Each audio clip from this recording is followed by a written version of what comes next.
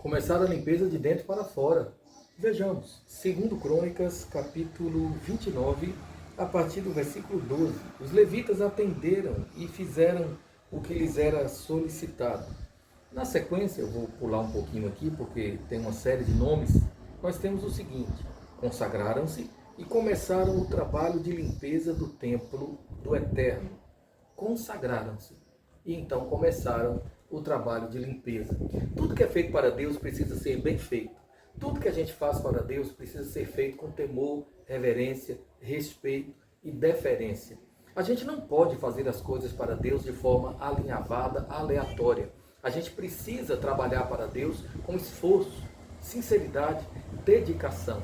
Quando o rei Ezequias mandou que os levitas limpassem, purificassem o templo e jogassem todo o entulho de paganismo e idolatria no vale de Cedron, os levitas primeiro tiveram de se consagrar. Muitas pessoas acham que a palavra levita é sinônimo de cantor. Não, levita é sinônimo de obreiro. Os levitas eram obreiros que atuavam em vários setores na casa de Deus. Eles eram instrumentistas, vocalistas, regentes, maestros, auxiliares de sacerdotes, faxineiros, pedreiros.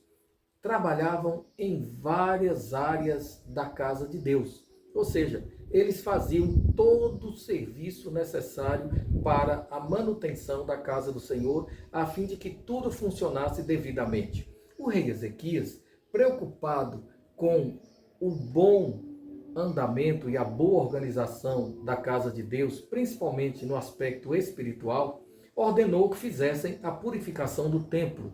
Haja vista que reis anteriores a ele tinham profanado o templo com imagens em adoração a deuses pagãos, imagens a Baal, a Azerá, a deuses que de fato não são deuses, são apenas obra da imaginação dos homens ou apenas uma manifestação grotesca de espíritos usurpadores, enganadores, que levam os homens a se distanciarem cada vez mais do Criador dos céus e da terra. O rei Ezequias ordena que a casa de Deus seja purificada e os levitas se purificam, se consagram. Se você quer servir a Deus, você primeiro precisa se consagrar. Se você quer pregar, cantar, fazer qualquer trabalho para Deus, é necessário que você primeiro se purifique. Como é que você vai se purificar? Você se purifica no sangue de Jesus, o sangue do Cordeiro de Deus que tira o pecado do mundo. Você se purifica através de uma vida de consagração, de comunhão com o Espírito Santo. Sim, pois a palavra de Deus nos purifica, a palavra de Deus nos santifica. E a palavra de Deus opera essa graça em nossas vidas mediante a ação do Espírito Santo. Nós somos purificados pelo sangue de Jesus e somos mantidos nessa condição de santificação pelo poder do Espírito Santo. Deus é quem faz isso. Sim, Deus é quem opera em nós o querer e o realizar, mas é necessário que nós cooperemos com Deus. Por isso o apóstolo Paulo disse: desenvolvam a salvação de vocês com temor e tremor. Por isso Jesus disse: esforcem-se por permanecerem na porta estreita, no caminho apertado, porque larga é a porta e espaçoso o caminho que conduz à perdição. É necessário que haja disposição de espírito em nós. É necessário que nós nos disponibilizemos com sinceridade e devoção, nos consagrando a Deus em jejum, oração, meditação da palavra. É muito importante ter o tempo a sós com Deus. Não podemos abrir mão disso. É necessário cultivar o hábito do louvor. Mantenha em sua casa, em seu local de trabalho, onde for possível, o som ligado com louvores a Deus. O ambiente torna-se leve, agradável. Você sente a presença do Senhor, você conversa com Ele. Mantenha esse hábito. Não cultive o hábito de ouvir músicas mundanas. Se você é um crente espiritual, você tem prazer em músicas de louvor e adoração a Deus. Se você é um crente carnal, você gosta muito de ouvir músicas mundanas. Aquele que ama o mundo, o amor do Pai não está nele. Nós temos, sim, dois tipos de cristãos. Os cristãos chamados por Jesus na parábola das 10 virgens de loucos. São os cristãos loucos, imprudentes, carnais. E os cristãos prudentes, aqueles que têm em seus corações a chama do Espírito Santo sempre acesa. Eles têm o óleo do Espírito, a unção do Espírito. E Salomão escreveu em Eclesiastes: sejam alvos os teus vestidos e nunca falte óleo sobre a tua cabeça. Na sequência nós temos: os sacerdotes começaram a limpeza de dentro para fora. Olha que coisa interessante. Eu não quero alegorizar demais, eu sou contra a alegorização exagerada. Mas aqui nós podemos sim fazer uma comparação. Os sacerdotes começaram a limpeza de dentro para fora. É um costume judaico.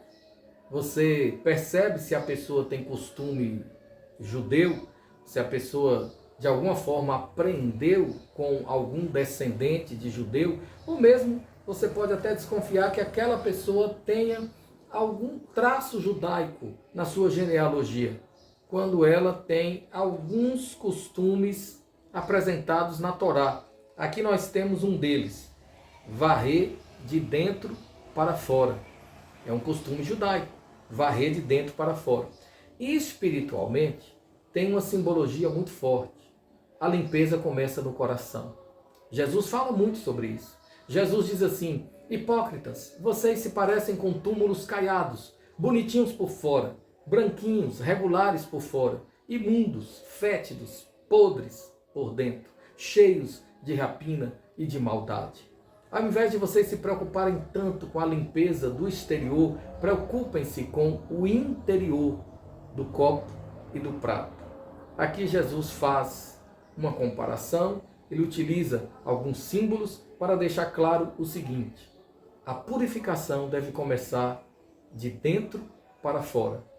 É necessário que os nossos corações sejam purificados. E a única maneira de purificar o coração é através do sangue de Jesus Cristo. É preciso tirar do coração a mágoa, o ódio, a inveja, a falsidade e tantas outras coisas próprias da natureza humana caída, a natureza do velho homem, o velho Adão. É necessário ter a mente de Cristo, não nos conformando com este mundo, mas permitindo que sejamos renovados pela lavagem de água, pela palavra de Deus. A Bíblia é muito clara a esse respeito. E eles começaram a limpeza de dentro para fora. Retiraram todo tipo de entulho pagão acumulado ali, todo tipo de entulho que não pertencia ao santuário, e jogaram tudo no vale do Cedron. A purificação do templo começou no primeiro dia do primeiro mês. No dia 8, chegaram ao pórtico. Levaram mais 8 dias para purificar o templo propriamente, e mais 8 dias para o restante das dependências do edifício. Sabe o que isso significa? A purificação às vezes demora bastante. A purificação exige disciplina, renúncia, determinação. Por isso Jesus falou: vocês precisam se esforçar, porque o reino de Deus se conquista com esforço. Esforcem-se para permanecerem no caminho estreito. Precisa haver dedicação. Se você deseja a purificação total do seu coração, esforce-se. Abra mão de si mesmo, do seu ego, da sua vontade humana dominada pelo pecado. Abra mão daquilo que te afasta de Deus e seja fiel ao Senhor. E deixe o Espírito Santo limpar o teu coração, limpar a tua vida. Depois relataram ao rei Ezequias: já purificamos todo o templo do Eterno. Purificamos e consagramos todos os utensílios que o rei Acás retirou por causa da sua infidelidade. Estão todos agora diante do altar do Eterno outra vez. Que coisa linda! Depois que eles purificaram o templo e todos os objetos e utensílios e todo o mobiliário do templo, aí sim, no outro dia, o rei Ezequias começou a trabalhar cedo, oferecendo sacrifícios ao Deus eterno, o Deus de Abraão, Isaque e Jacó. Primeiro, é necessário fazer a purificação. Tem gente que quer cantar sem antes se purificar. Tem gente que quer pregar sem antes se purificar. Tem gente que quer fazer a obra de Deus achando que a obra de Deus é assim, pode ser feita de qualquer jeito, de qualquer maneira. Não é assim não, meu amigo, não é assim não, você está enganado. Primeiro, é necessário purificar-se, limpar-se. E por isso Tiago, irmão do Senhor, escreveu na sua carta: limpem as mãos, pecadores. Adúlteros, limpem as mãos. Lavem o coração. purifiquem o coração. A palavra de Deus, na verdade, tem muitos textos a esse respeito. É necessário que nós prestemos atenção a eles e que nós nos deixemos conduzir pela vontade do Senhor. Que Deus nos abençoe e aplique a sua santa palavra aos nossos corações. Muito obrigado por ouvir. Peço que você, por favor, curta, se inscreva, compartilhe, a fim de que outras pessoas sejam abençoadas com a palavra da restauração. Muito obrigado.